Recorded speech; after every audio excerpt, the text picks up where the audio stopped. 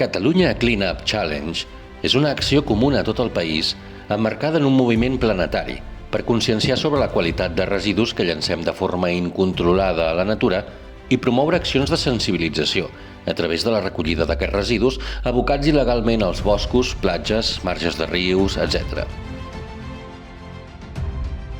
El Challenge el que intenta és empoderar la gent, perquè fent servir una eina tecnològica complementem coses que ja s'estan fent.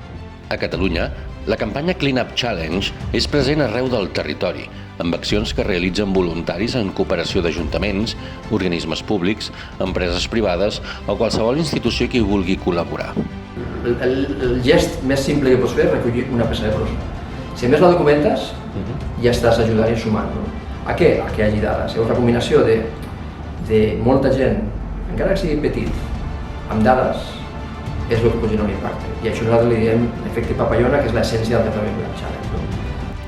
Avui ja són més de 70 entitats i més de 1.300 voluntaris a tot Catalunya. Es tracta d'una iniciativa col·lectiva i descentralitzada que ha obtingut el Premi Talent Cambra 2021 en Medi Ambient. El recollí el seu promotor, Robert García Pano.